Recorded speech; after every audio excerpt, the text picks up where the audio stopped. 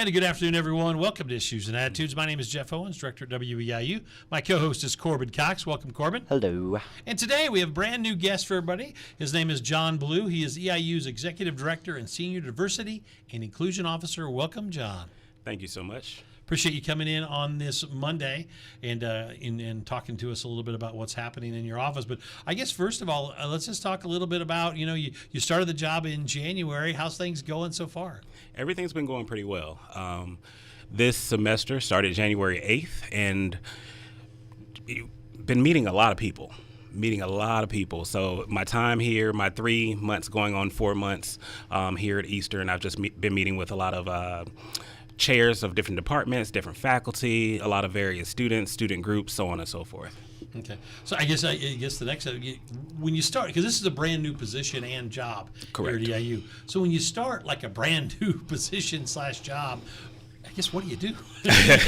Where do you begin? Oh man, it's a lot, and you can be overwhelmed really quickly if you don't kind of put some steps or have the steps in place for yourself. So for me, I wanted to learn the culture of the institution. So that meant meeting with all the deans on campus, the head of the library. I sit on President's Council, so meeting and getting to know individuals on President's Council, and then speaking with various chairs, faculty, students, just really trying to get a feel for the institution and seeing kind of just by dialogue, trying to see kind of what good work has been happening at the institution already. And it's been kind of a fact-finding mission, in my opinion, trying to figure out what diversity work has been going on in the various colleges and departments across campus, finding out where it's happening, who's been in charge of that work, and making individuals know that I'm here to support the work that they're doing. I'm not trying to take over the work that they're doing, just trying to make sure that we can kind of streamline and have everything kind of come through kind of one funnel versus in silos. That makes sense. Mm-hmm. So where were you before EIU and what brought you here? Okay, so originally from Tampa, Florida. I moved here from Tampa, Florida, actually. So I was working at St. Petersburg College in St. Petersburg, Florida. I ran the TRIO Education Opportunity Center there. And so I saw this opportunity to get back into the belonging, access work of DEI. And I actually sat on the job description for probably close to a month. I was, thinking about, do I really want to move back to a small town? Because I used to work at UT Martin, Tennessee. If anybody's been to West Tennessee, Martin, Tennessee has like 8,000 people in the town. And then you add in the students, maybe 4,800 students on top of that. But after looking at the job description, and I just went ahead and applied, and I said, well, let me just throw the hat in the ring, and if I get chosen, I can actually have an opportunity to come to campus, meet the individuals on campus, and then through coming to campus for the final round of interviews and meeting the students, faculty, staff, administrators, speaking with President Cottrell in terms of his expectations in reference to the role and the vision that he has for diversity for this institution. Finally, that made my decision to come to Eastern once offered the position. So in these first 3 months on the job, you've gotten around and met a lot of people? I mean, what do people say? When you walk in and talk to them about their department or what's under? What kind of things are being talked about? Well, I will say when I've been meeting with chairs, I just want people to understand that I'm not like the diversity police. So I try to make it a casual conversation, just me getting to know them, getting to know their department, the faculty, and what kind of initiatives they've actually been working on within their departments. And so in those conversations, I've actually been able to pinpoint some things that have been going on in departments that departments haven't really realized have been diversity focused. Okay. And so being able to point out, this initiative that you're actually doing in your everyday work, you're already doing diversity work, because what people fail to realize is that diversity work has been going on all throughout probably the last 50 years of higher education, if not more. And it hasn't been just an actual functional area. It's just been something that individuals on college campuses and university campuses have done within the scope of their already 9-to-5 job on a university Because campus. most colleges like to be as diverse as possible, so you get a different range and different, ethnic backgrounds of so many students, and that's what kind of makes college kind of, cool, or whatever you want to say, right? Right. Yeah, and then also I think sometimes we look at it, we're so focused on race in terms of diversity, equity, and inclusion, but there's so much more past that. So looking at religious diversity, sexual orientation and identity, socioeconomic status, whether or not a person is a first generation college student, non-traditional students, our veterans, all of those pockets bring the diversity and the breadth of diversity to an institution to really enhance the student experience as well as the faculty and staff experience. I think Eastern also has done a good job on the international student, bringing some of Yes. those folks here to campus. And we've got really lucky at WEIU. We've had 2 or 3 of those students, and they just bring a whole nother set of, I don't know what the word is, but a set of, like life, stuff that they talk about that, they're just amazed that we have at EIU. Right. Yeah. Just bringing that culture to Yeah, EIU. culture, thank you. So like our 3 major, I guess you can say, our pipelines in reference to our international students are from India, Nigeria, and Ghana. And those students coming from a different country, coming to the U.S., coming to Illinois, coming to Charleston, EIU, and they're bringing all of that cultural experience and making, to me, it's enhancing the college campus, Yeah, I agree, the yeah. college community. Can you walk us through what an average day looks like for you? Average day.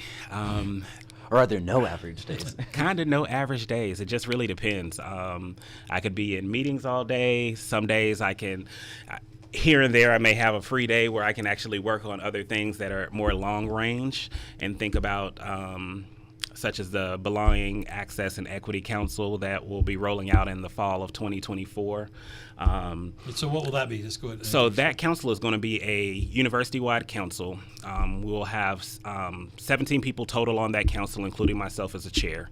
And we will have individuals representing various entities across campus. So a representative from each of the academic or colleges here, as well as the Booth Library, the EIU Police Department, having student representation on that council. So that council is going to be very, very instrumental in the creation of EIU's first diversity strategic plan that we hope to roll out sometime in 2025, hopefully by the end of spring 2025. And so that strategic plan is going to be pretty much the roadmap of how we are going to look at diversity, equity, and inclusion at the institution for the next 5 years. And that diversity, equity, and inclusion strategic plan will feed into Plan 2028, which is the institutional strategic plan as well. Dr. Gage just announced. Go ahead, Joe. So when you sit and you talk to students, maybe what are some of the common issues you find facing them? I will say some of the common issues facing students right now is number one will probably be mental health support. 2 would be just affordability of college and university life. Being a student, many of our students are first generation students. Many of them are Pell eligible students. So they are coming here, and some of our students are full-time students, and they're also working full-time as well, which can be a bit of a strain on any student. And then I think food insecurity would be the third top one. Yeah, we've talked about that a lot over here the last couple of years with the new food bank opening up, and how many students are using it. And it's good that they're using it, but the numbers are incredible of how many students don't know where their next meal is coming from. That's kind of scary. Right, it is. And you couple that with, I guess, FAFSA's having all kinds of issues nationwide. Yeah. And so a lot of it all kind of goes into you can see where students would have mental health issues, and they're worried about whether they're going to eat, how they're going to pay for school, and let alone go to school and do the studying. Because we talk about right now, it's kind of that crazy time at the end of the semester where the graduates are getting ready to try to find a job, have to leave, move, and all this stuff, and get enough tickets for graduation. And the students like Corbin are trying to get ready for next year, and all end of the year assignments all are due. When you were, in the interview process, I always find this fascinating. Is there one moment that you just kind of said, "Man, I want this job. I love EIU." Did it happen? I would say during my conversations with President Cottrell, hearing his vision and seeing that this was not a reactionary hire, but he was being proactive as a leader of an institution and thinking in terms of this position, thinking long term. So 10 years down the line, what it's going to look like. 15 years down the line, what is it going to look like? And making sure this is sustainable. You know, I think all too often people bring in individuals to work in diversity, equity, and inclusion work, and those individuals come in and they don't have the support. And in many cases, they're brought in because of an issue that has happened on the campus, and it's pretty reactionary. And this person is supposed to come in to be the Band-Aid for whatever problem that has arisen at the institution. But after talking with President Cottrell and hearing his vision for diversity, hearing his vision for the institution as a whole and how he wants to advance EIU, that was the deciding factor for me taking That was the action. moment. I love to hear the stories like that. Those moments when you just kind of know, because you know when you're moving from Tampa to here, anywhere, you know, I mean Charleston, Illinois is kind of in the middle of nowhere when you think about it, and so I always like to hear that. That's a good show. And Dr. Gittrell's big. He's a good fan of WEIU, and he, you know, so energetic. I think it's cool. Yeah. You know, in that end. So, do you have achievement goals that you're going to try to set? I mean, I know you're rolling out your plan to get to 28, Right. but on the way there, do you have achievement goals for you? Right. So I think for talking with President Cottrell, we just wanted to make sure that we got the bylaws written for the council, making sure that by the end of the term that we can have individuals named to that council, planning going forward, planning for the work to commence with that council starting in September when we come back for fall 2024, and then also just looking at getting ready to roll out another climate survey for the campus, because that climate survey is going to be partially what we use, that data is going to be partially what we use to help build out the diversity strategic plan. And inside of that plan will be, of course, your overarching goals, and then, of course, the strategies that we're going to use to get us closer to those overarching goals. So we'll probably have around 4 overarching goals, and then maybe 3 to 5 strategies for each of those goals to actually push the institution forward. Being the first person to hold this position, what kind of challenges does that have? Have you ever had a situation where you email someone, you're like, I want to meet with you, they're like, I have no idea who you are. Like, what are you doing here? I wouldn't say challenges. I would say there's opportunities for growth. Excellent way to phrase it. Much better than we said. Right. It's opportunities for growth. I think most individuals that I've met at the institution have been very welcoming and very open to meeting with me and discussing, you know, initiatives that are happening in their area, or where they even see there's opportunities for growth in their areas as well. I think in terms of what has been maybe a challenge is just looking at our numbers, looking at EIU on paper, and looking at our demographics in terms of our faculty, staff, and our students. So our student population is quite diverse. Right now, as a whole, our faculty and staff is not mirroring the population of our students. So trying to get to a point where we are able to look at how we are recruiting our faculty and staff, our talent that works for the institution, and seeing how we can actually, one, not sacrifice excellence for hiring purposes, right? We want to make sure we are bringing in the most qualified individuals for the job, but seeing how we can change up the way that we are recruiting individuals, look at how, you know, what we've historically done in reference to what websites we're using and what networks we have access to be able to post our positions to recruit more talent to the institution. Is it okay for this is you may know this for institutions to try to, you know, hate to say it, but steal away talent from other universities? I mean, what are the legal or the rules there? I mean, because because that'd be the one way to find great people is if you. But I mean, they also have to be looking for a job too. Right. I wouldn't call it stealing talent from another institution. You can present why them. you're here, is it? You can present them with the opportunity of Eastern and what Eastern has to offer, and let them make their own decision on if they would like to actually apply But I guess for where a do role. you? I guess that's just by publicizing a job, and or Public- is it how you publicize? It's a little of both. Okay. So how you publicize. So looking at the verbiage within the job description. So say, for instance, for my search, what was one of the deciding factors for me to actually apply for the role was in the job description, it talked about proximity to metropolitan areas. And so although Eastern is in Charleston and is in a rural area of Illinois, it's only 2 hours from Indianapolis, 2 hours from St. Louis, 3 hours from Chicago, 45 minutes to an hour to up the road to Champaign-Urbana. So that's what sold me and said, okay, this is something that's doable. Let me go ahead and throw my hat in the ring. So looking at how we are actually writing our position descriptions, and then also trying to utilize the talent that we already have at the institution and their networks in order to put our postings in with their networks, gotcha. Right?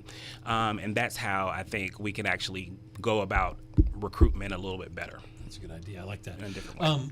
When you talk about the strategic plan, have you written a strategic plan for diversity in the past? Will that help you, or do you want to start all over?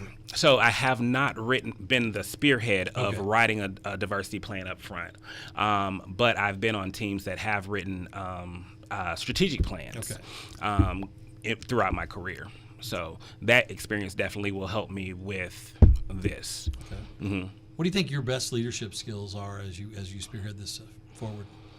I think I am an individual that tries to listen to understand versus listening to just respond. And I think working in diversity, equity, and inclusion work, you always have to be that open ear and hear different sides and different perspectives on how people are looking at a situation, right? And I always tell people my job, working in diversity, equity, and inclusion work, I never go into my job thinking that I'm going to or with the goal of changing somebody, because that's unrealistic. And if you go into the job, tackling the job of diversity, equity, and inclusion, trying to change individuals, you're going to fail before you even start, right?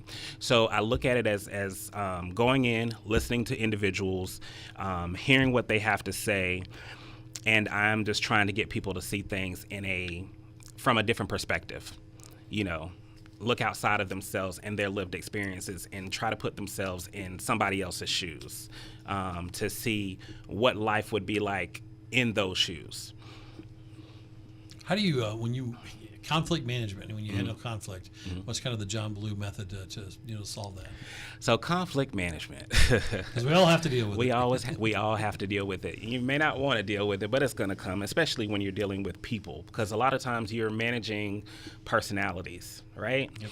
I always look back to throughout my career experience and looking at when I had a team of 4 assistant directors that were 4 opposite individuals.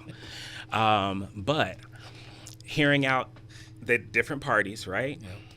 Separately, and then bringing the parties together so we can actually talk it out. Because a lot of times I find that it's just miscommunication or lack of communication that has led to XYZ issue, right? Yep. And a lot of times I think in this country right now, you can see it in media right now. We are a country that is so polarized. You have people on one side, you have people on the other side, and there's nobody having civil discourse. And that's what's missing in our country right now is civil discourse and being able to say, okay, I understand what you're saying, but this is how I'm seeing the situation, right? And sometimes you can, in a way, I say you can always agree to disagree respectfully and still be able to work together to get the job or the objective complete for whatever organization. That seems to be part of the hardest problem right now. That's the hardest right? problem. Yeah, that's the hardest problem. People are not willing to sit down with people who are different from them or think differently from them and actually talk about an issue. Yeah. conflicted is what I've heard. A lot of people are calling it now. Yeah. It's like, you know, because you guys, there's so much, you know, left and right are so far apart. It's hard to talk. So Yeah. Corbin, I'm sorry. It's No, you're all three in a row good. there. You're all good. Have you seen a student interest in getting involved with like your office and diversity? And if so, are there opportunities, or is that kind of like hands off? We have to do this. No. We always want to make sure that we are including our students in any initiative that we have going on. And I've had student interest in what we're doing. So rolling out, starting in the fall of 24, for all of our Affinity Month programming that will be spearheaded by the Office of Inclusion and Academic Engagement, we always want to have student input on those committees, because I always tell people that, you know, we as the professionals working on a college campus, we can think of the perfect programmatic, you know, effort that we can put on the table and think, oh my gosh, it's the best thing since sliced bread. And you have this event, you don't have any student input, and then you wonder why you have 2 students that show up to your event. So it's very important to have that student input. And so we want to make sure that we incorporate, and we're thinking about the student population with every decision that we make at an institution, because without students, there would be no EIU. And then also when it comes to programmatic efforts, making sure that we have student input. We want students to be as creative as possible. Students come up with the best programs ever, right? And then they have that buy-in, and then they're going to tell their friends who are going to tell their friends, and it's going to spread, and people will come to XYZ event that you're actually having. And then making sure that, of course, with the Belonging, Access, and Equity Council, that we have a student representative on that council at all times, and that student has to know that their voice matters, and their voice is just as important as a faculty or staff member that is actually sitting on that council. Great question and a better answer. Like do you have a staff right now, or you have a student staff, or how's that work when you're brand new? Technically I have a coordinator. Right now that coordinator, we're kind of sharing that coordinator.